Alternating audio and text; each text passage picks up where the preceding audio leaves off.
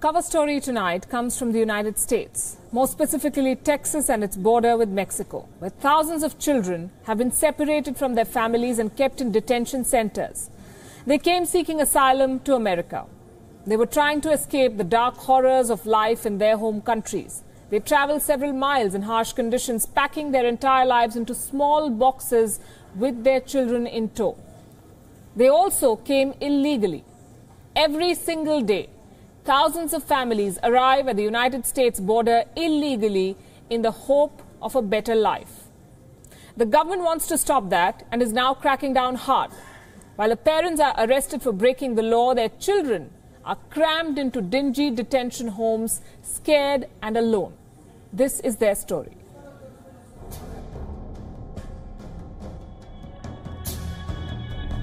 A picture is worth 1,000 words, they say. And this image says it all. A 2-year-old Honduran asylum seeker cries as her mother is searched and detained near the United States-Mexico border. And she's just one of the thousands of children who are separated from their parents every single day. Migrants crossing into America are separated from their children, arrested and prosecuted. Some even deported to where they came from. And the children are tagged unaccompanied minors. What's worse is that they are pushed into this dark, large facility, kept in these cages with metal fencing, with large foil sheets as blankets. A so-called tent city was created in Texas to house these minors. But these too were nothing more than a detention center. And if this wasn't enough, US patrol agents are adding insult to injury. An audio released by a non-profit shows how federal agents are mocking the children, begging for their parents. In a foreign land, terrified and alone. These children are soon reduced to a mere statistic. But while thousands of families are separated, some are lucky. Like this Honduran immigrant who was released and reunited with his 17-year-old in just a few days after they entered the United States. It was hard, the hardest day for me. I felt like I was losing my son. That's what I thought. I was going to lose my son. In May this year, United States President Donald Trump announced the family separation policy. It was a part of his zero-tolerance crackdown on illegal immigrants. And since then, 2,000 children have been separated from their families. 2,000 children in just about 6 weeks. And that's a figure quoted by the United States government. In reality, that number could be far bigger. They flee their home countries hoping for a new life, a new beginning. They travel thousands of miles through dangerous conditions and they set foot on US soil, only to find a dead end. Bureau Report, WION. Donald Trump is facing severe criticism over this separation policy. But he's not one to back down. He believes in brazening things out, and that's what he's doing. The United States president has washed his hands off the crisis. He's blamed his predecessors, the Democrats, for a flawed law. He says the law he's implementing was passed by them. This claim is being contested. Leading the band of critics, is former Secretary of State Hillary Clinton, the woman who fought Donald Trump in the presidential election in 2016. She says Donald Trump is lying. This was not a law brought in by the Democrats, and what the president is doing right now is inhuman. Listen in. Meanwhile, what's happening to families at the border is horrific. Nursing infants being ripped away from their mothers, parents being told their toddlers are being taken to bathe or play, only to realize hours later they aren't coming back. Children incarcerated in warehouses and, according to one account, kept in cages. This is a moral and humanitarian crisis. Two other former First Ladies of America have lashed out at Donald Trump. Laura Bush and Michelle Obama have spoken strongly against punishing immigrant children. Laura Bush, remember, is a Texan. She said that she understands the problems illegal immigration poses, but there has to be a better way of securing the country's border. She called the crackdown by the Trump administration cruel and immoral. Michelle Obama supported Bush's view on Twitter. She said, "Sometimes truth transcends party." Remember, the Obamas are Democrats, the Bushes are Republicans. Donald Trump has upset both sides. On the streets, people protested. Marches against Trump's zero-tolerance policy were seen across the country. Democratic lawmakers visited an immigration detention center in New Jersey to meet these families. And I'm here today because I am angry. I am ashamed. I'm appalled, and this must end. I am calling on the President of the United States of America, the most powerful man in the world, to end this policy today. End the pain, end the grief. You're bringing America to its knees, and the world is watching. The world indeed is watching and speaking out. United Nations Secretary General Antonio Guterres also took note of this crisis. He asked the American government to treat migrants with dignity and respect. On the issue of migrants and refugee children, as a matter of principle, the Secretary General believes that refugee and migrants should always be treated with dignity and with respect, and in accordance with existing international laws. Children must not be traumatized by being separated from their parents. Family unity must be preserved. But the American president seems convinced that he's doing the right thing. He's declared that he will not let America be turned into a refugee camp. For those who don't understand the gravity of the danger, he says, look at what's happened to Europe. Be a migrant camp, and it will not be a refugee holding facility. Won't be. You look at what's happening in Europe, you look at what's happening in other places. We can't allow that to happen to the United States, not on my watch. But while Trump made that declaration, he forgot one thing: his own past.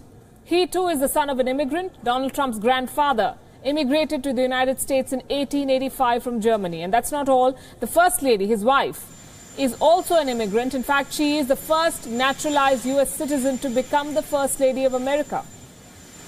She grew up in Slovenia and moved to the U.S. only in the year 2001. Her parents became naturalized citizens of this country just a few months ago. What is Donald Trump talking about? Many Americans, in fact, share this story. The U.S. is often called the nation of immigrants, a term coined by former President John F. Kennedy. At the time of its founding, America was open to receiving not only the opulent and respectable stranger, but even the oppressed and persecuted of all nations and religions. That certainly has changed with the times. An immigration law, more like an anti-immigration law, has been in place for a while now in America. So Trump's zero-tolerance policy is new, but the law that he's implementing is not. Before Trump came to power, illegal immigrants were given a long leash in America. Families arriving at the border without authorization to enter, but claiming a credible fear back home, were permitted to enter and apply for asylum. Some were detained while applying for asylum, others were not. Many factors decided that, including logistical availability. And while Trump's methods are controversial, even cruel, the problem he is addressing is serious. The United States has seen a spike in the number of illegal immigrants in the last 1 decade. Most governments promised to fix it, most American governments, but none went the whole hog. And none of Trump's predecessors implemented such a harsh law. Last month, all of that changed. Donald Trump ordered a new effort to criminally prosecute anyone who crossed the border unlawfully. And he's now facing the consequences. News of children being separated from their families spread like wildfire. He has pushed the entire White House staff to deny allegations that the administration was acting like Nazis. So this is how things stand. Is illegal immigration a problem? Yes, it is. Is it hurting the locals? Yes, it is. Have the immigrants broken the law? Yes, they have. They've been jailed, and pending trial, their children have been put in detention centers. The Trump administration is trying to fix a long festering problem. Only they're doing it cruelly. To punish children for the alleged crimes of their parents is awful. And while Donald Trump looks for a quick fix, the world must look for sustainable long-term policies to address illegal immigration. It was in 2016 when the United Nations announced the migrant crisis as one of the biggest concerns of the 21st century. Statistics reveal that there are now more refugees worldwide than at any point in time since the Second World War. And the host countries do not inspire others to follow suit. Demographics change, economies struggle, governments fall, the locals push back. Why should any government accept refugees? Take a look at how they impact the countries that house them. Jordan, a country with a reputation of being most stable in an otherwise turbulent region. It opened its gates for an estimated 1.3 million Syrian refugees who bore the brunt of the Syrian war. But things changed rapidly. The strain of the ongoing crisis had led to a massive public discontent directed at the Jordanian government. Syrians live mainly among Jordan's most disadvantaged communities. The sudden influx of refugees has compounded Jordan's economic problems, so much so that Saudi Arabia, UAE, Kuwait have ordered $2.5 billion in aid. So what are the issues Jordan is facing? It's facing increased competition for jobs, overburdened infrastructure, and strained social services such as healthcare and education. Let's move to Europe and begin with Germany, a strong economy led by a strong lady, Angela Merkel. Many say she saved the dignity of the European continent by allowing thousands of refugees at the peak of the migration crisis. So far, Germany has accepted over 1.3 million refugees, but now Merkel's own coalition government faces a possible threat from the migrant crisis. Just 2 days ago, this migrant ship, Aquarius, with over 600 rescued migrants, grabbed international attention when it was refused entry by Italy and Malta and was eventually allowed to dock at a harbour in France. A massive blame game ensued among France, Spain and Italy, with each country lecturing the other on ethics and humanity. While Spain's socialist government has decided to take care of the refugees, Italy has taken a hard stand on the issue. This is because between January and June last year, Italy saw a 20% jump in the number of migrants arriving by sea at a time when others like France, Switzerland, Austria had closed their borders. The newly elected coalition government of Italy that came to power riding on the anti-immigrants agenda believes it's unfair that the EU frontline countries face the maximum migrant influx. Asia also saw a woman leading from the front when millions of Rohingya refugees from Myanmar were in need. That's when Bangladesh's Prime Minister Sheikh Hasina opened the border to give them a helping hand. But the unprecedented exodus of Rohingya refugees got many locals worried about the future, especially at a time when the South Asian nation is already grappling with population and poverty. Nearly 1 million Rohingya refugees entered Bangladesh from Myanmar since September 2017. Other impoverished countries are also at the receiving end of the crisis. Countries like Pakistan, Lebanon, Iran and Ethiopia are struggling both politically and economically. According to the United Nations High Commission for Refugees, Pakistan is home to the largest refugee population in the world. The number is more than 1.45 million and most of them are from Afghanistan. As per United Nations, there are 65.3 million refugees around the world at the moment. Whatever said and done, the world is witnessing its worst refugee crisis since the Second World War. They are the people who would probably not have chosen to migrate. They have been pushed to leave their war-ravaged homes and become unwelcomed guests in other countries. It's high time when the entire world shoulders the responsibility collectively rather than a few bearing the crisis. Bureau Report, WION.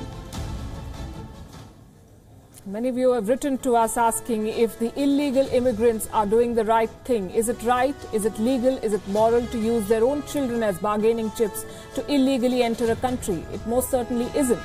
But governments cannot stoop to the level of lawbreakers, and that is what the Trump administration needs to look at. The biggest story from India, a political crisis. The Chief Minister of the Indian state of Jammu and Kashmir has resigned after the ruling Bharatiya Janata Party pulled out of a coalition government with her party, the PDP. Governor N.N. Vohra has recommended the president's rule in the state. The PDP said it always supported dialogue and reconciliation with the partner BJP in the state, but also offered some words of caution. Muscle power is not a viable solution for Jammu and Kashmir. The BJP said the 3-year alliance with the People's Democratic Party, the PDP, had become quote-unquote untenable in the wake of increasing violence in the state.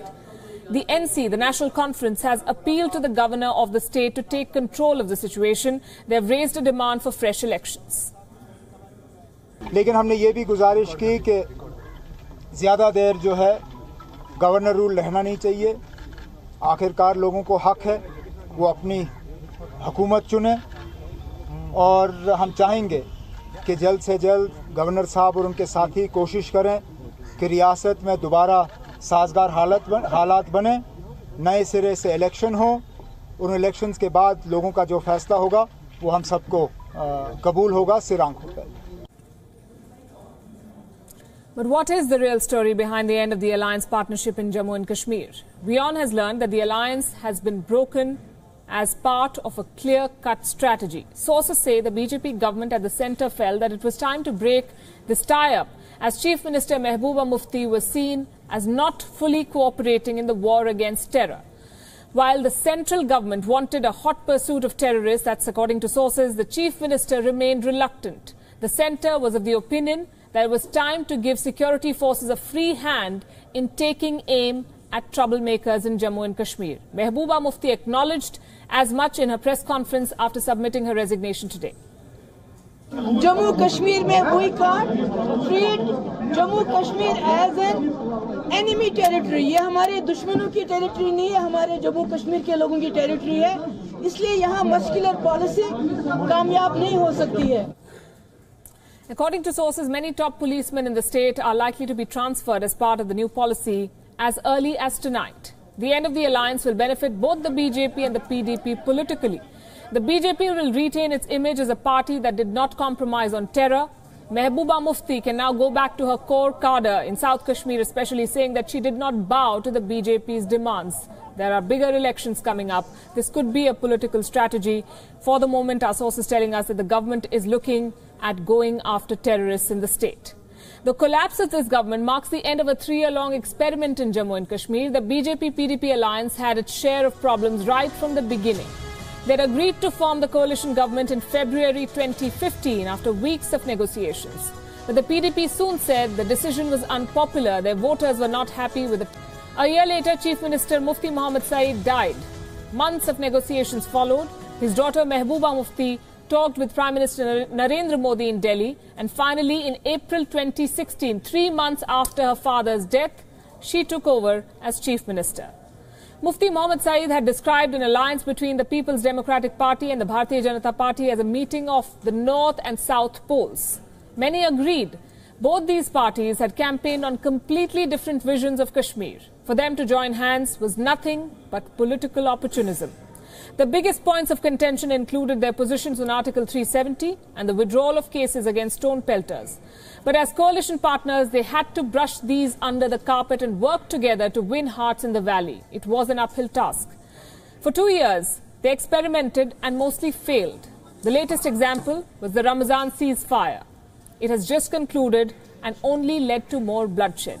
The killing of journalist Shujat Bukhari and rifleman Aurangzeb was the proverbial last straw. The coalition and its strategy of winning hearts was not working. The situation in Kashmir had only deteriorated. It was time to make a new beginning, and so the government collapsed today.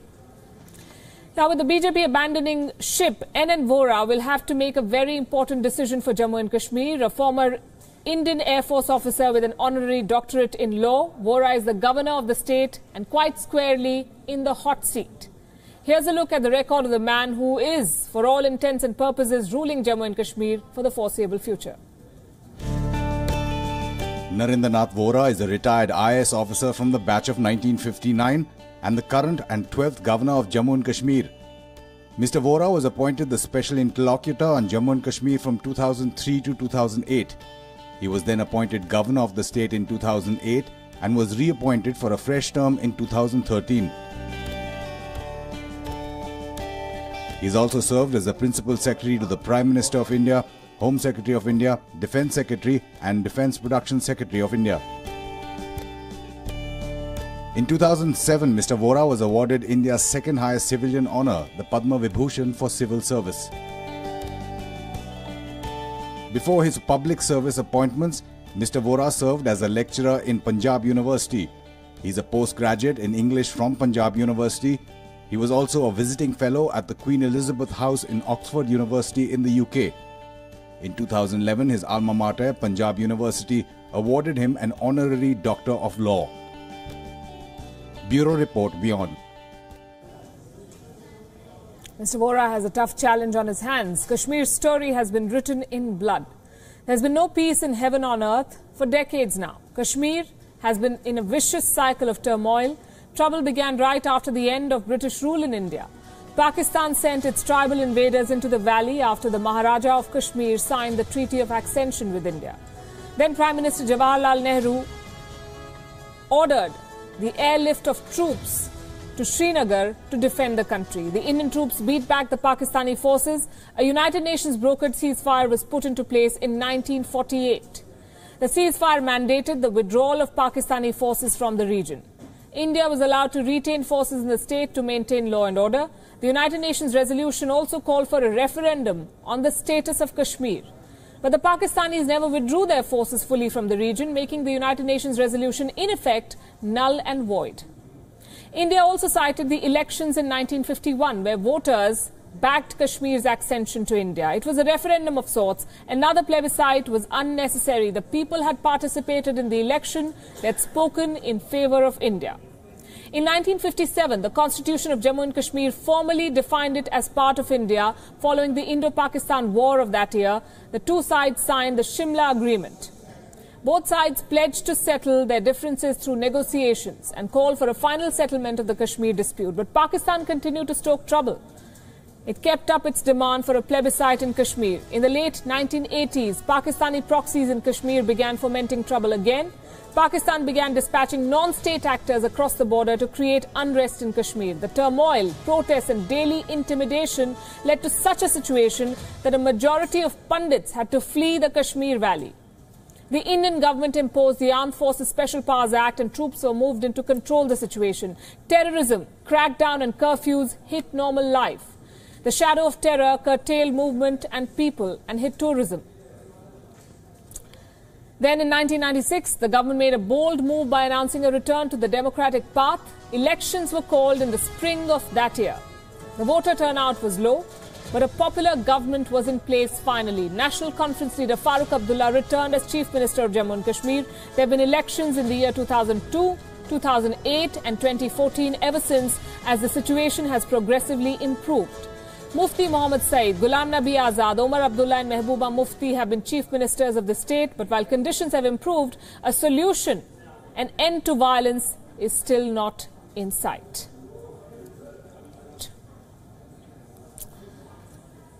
Now, what can a government do to put an end to institutional corruption? It can enact reforms. It can conduct a review of all the people working in a department. They can even appoint an anti-corruption ombudsman to keep a watch on all ministers. But a new study claims that citizens can combat corruption by simply voting in favor of women, female political candidates. What is this report about? Take a look.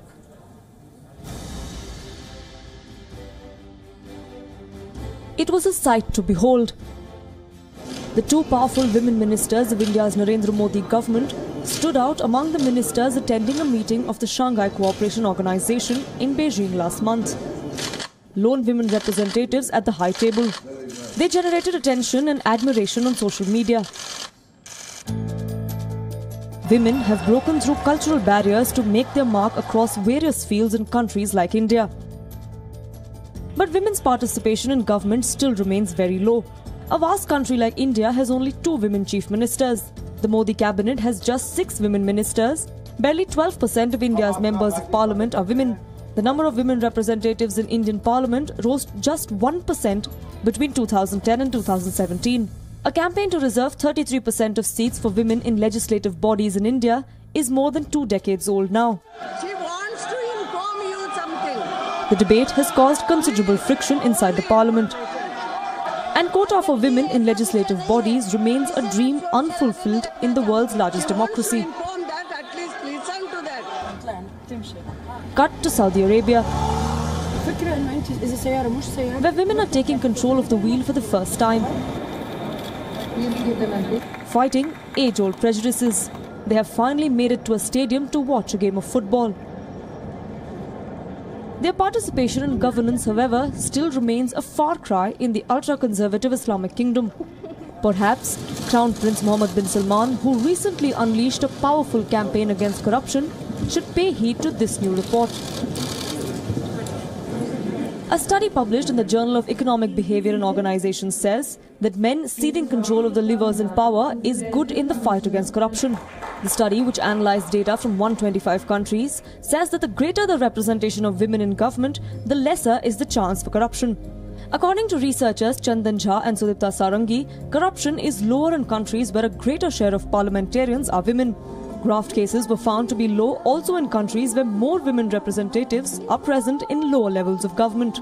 Authors of the report note that women in government choose policies that are more oriented towards welfare of women, children and family, and thus have less scope for corruption. The report says that while women by themselves are not less corrupt, gender equality is the first step towards crafting a society where tolerance of graft is increasingly lesser. While skeptics will point fingers at women leaders who have faced corruption charges, the report strengthens the case for those fighting for women's equality and reservation for them in legislative bodies. Bureau Report, WION. Talk about corruption. Trouble mounting for German car maker Volkswagen. Its subsidiary Audi is now a part of a major scandal to cheat in emissions tests around the world. Audi CEO Rupert Stadler has been arrested. The company has even lost millions. But here's the twist. All this has not damaged the company's reputation or car sales.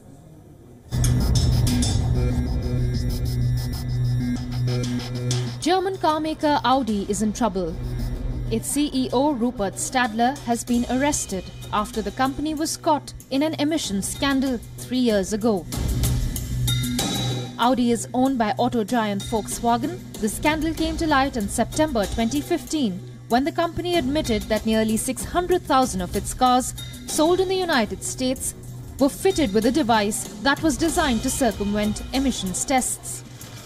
Later, the company announced that it will refit up to 11 million cars around the world with a software that could cheat emissions tests. Last month's admissions have only added to the troubles of the car maker. After recalling 850,000 Audi cars last year, the company now says that another 60,000 cars have issues with their emission software. Prosecutors working on the case in Munich have held Rupert Stadler. They feel that the Audi CEO could try and suppress evidence. The Volkswagen scandal has cast a shadow over the entire auto industry. US prosecutors are accusing the car maker of fraud. They blame the top brass of cheating. But that has not affected the company's reputation. While Volkswagen lost $29 billion due to the emissions scandal, it sold more than 10 million cars last year. These numbers have enabled the company to retain its position as a world leader in car manufacturing. Bureau Report, WION.